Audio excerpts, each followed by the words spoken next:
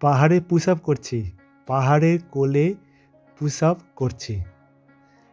আছি এখন আমি মানা ভিলেজ, শ্রী বদ্রীনাথ মন্দিরের পাশেই।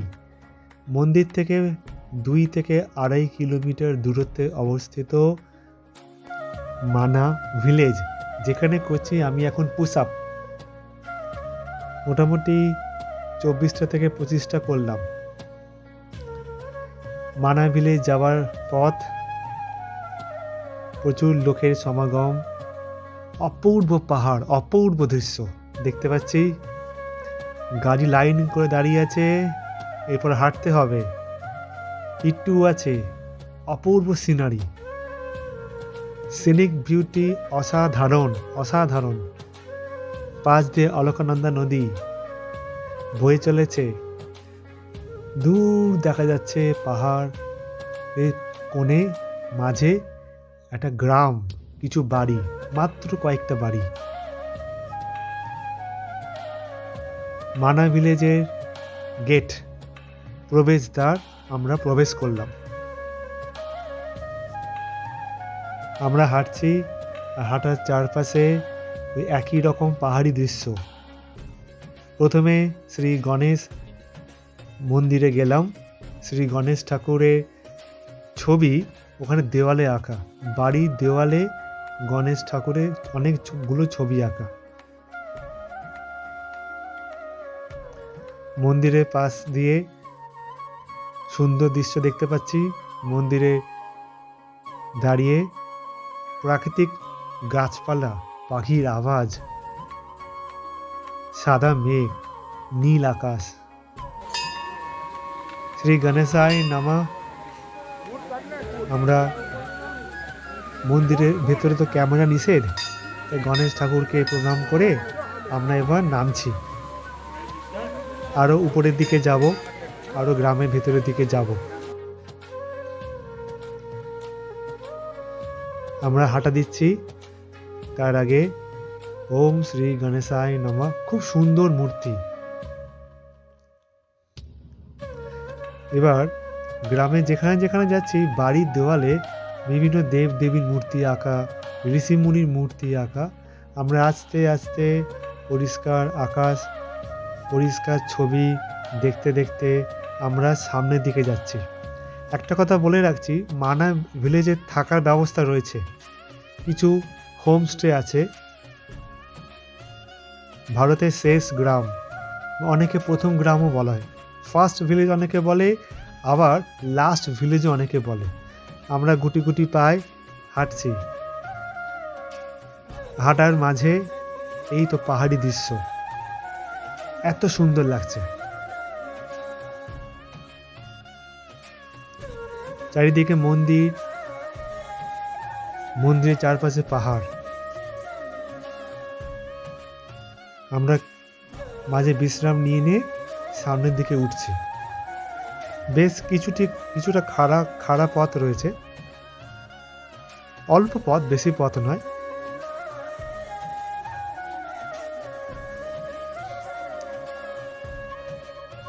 আমরা এখন টপে আছি, ওই ভিলেজের টপে, যেখানে জাতীয় পতাকা রয়েছে।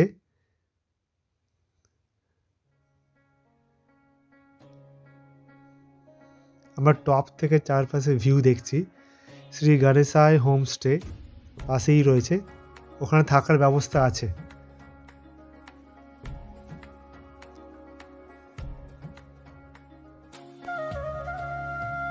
এখানে আছে ভারতবর্ষের প্রথম চায়ের দোকান। সবাই লাইন করে বসে চা খাচ্ছেন, আর চা খেতে খেতে পাহাড়ি দৃশ্য দেখছি।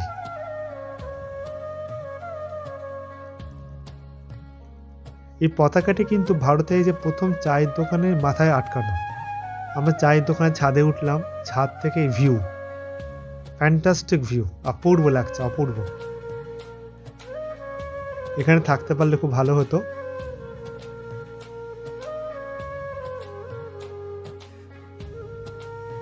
পুরো ছবির মতন আঁকা। পাশেই রয়েছে এখান থেকে প্রায় 50 কিলোমিটার দূরে চায়না বর্ডার। শ্রী বেজ বেদব্যাসের গুহায় ঢুকলাম। গুহায় সুন্দর মূর্তি আছে, ওখানে ফোনে ফটো তোলা নিষেধ, তাই ওই গুহার বাইরের চারপাশের ভিউ দেখাচ্ছি। গুহাটা সুন্দরভাবে তৈরি করা, উঁচু পাহাড়, পাহাড়ের ভেতরে গুহা তৈরি করা, শ্রী বেশদেবের গুহা।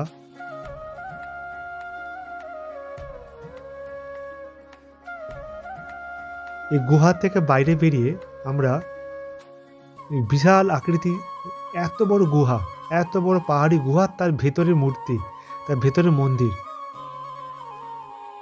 আমরা দর্শন করলাম, দর্শন করে বাইরে বেরিয়ে আসলাম।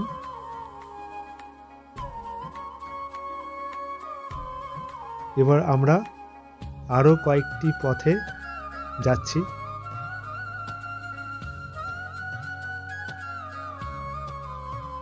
এখান থেকে নেমে আমরা যাব শ্রী সরস্বতী মন্দির। যাবার পথটি একই, শুধু যাবার সময় ডান দিকে বেঁকে যেতে হবে। সোজা হচ্ছে শ্রী বদ্রীনাথ, যেখান থেকে আমরা আসলাম, ডান দিকে হবে শ্রী সরস্বতী মন্দির যেখানে যাচ্ছি। পাশে রয়েছে অলকনন্দা নন্দী। অলকনন্দা নন্দী বয়ে চলেছে, তার দুপাশে পাহাড়ি দৃশ্য, পাহাড়ি গ্রাম। আমরা ওখানে আছি। এবার চলতে চলতে আমরা চা খেলাম।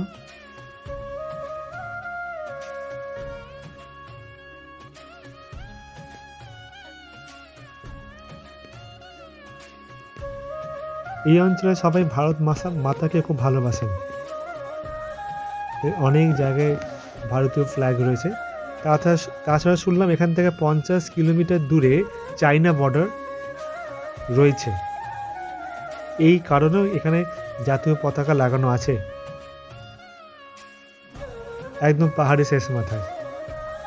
এবার আমরা সরস্বতী নদী, এত সুন্দর পাহাড়ে কোলে মন্দির নির্মাণ, মন্দিরের কারুকার্য দেখার মতন।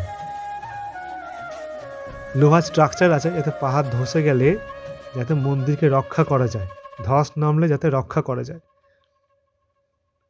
এটি আরেকটি পথ। আমরা মন্দিরের সামনে দাঁড়িয়ে আছি। সরস্বতী নদী আমাদের চোখের সামনে বইছে, স্বচ্ছ সাদা পরিষ্কারের মতন জল। জল কোত্থেকে আসে আমরা কেউ জানি না। মন্দিরের ভিতরে মা সরস্বতী মা, সুন্দর মূর্তি, মন্দিরের কারুকার্য দেখার মতন।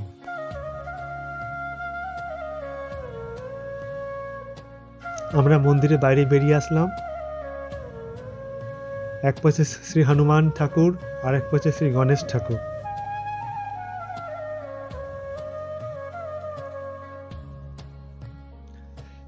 পাহাড়ের স্ট্রাকচার, এই পাহাড়ে কোলে এত সুন্দর মন্দিরের কাজ। সামনে কাজ চলছে আমাদের পঞ্চপাণ্ডবের মূর্তি। পঞ্চপাণ্ডবের মূর্তি বসানো হচ্ছে।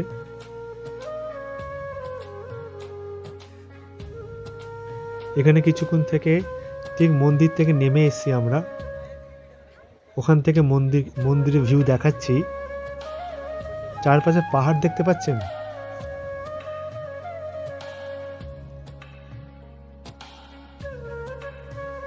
পঞ্চপাণ্ডবের মূর্তির চারপাশে কিছুক্ষণ ঘুরলাম। সেখান থেকে চারপাশে এই রাস্তা দিয়ে আমরা এসছি, এই রাস্তা দিয়ে আমরা নামবো, এখান থেকে এসছি। এই সেই অলকনন্দা নদী, নীল স্কাই কালারের জল, কোথাও স্কাই কালার, কোথাও হোয়াইট কালার, কোথাও বা হালকা গ্রিন কালার। এখানে কিছুক্ষণ আমরা বসেছিলাম। এই নদীটি আঁকা বাঁকা পথে চলে যাচ্ছে, আমাদের পথ দেখাচ্ছে।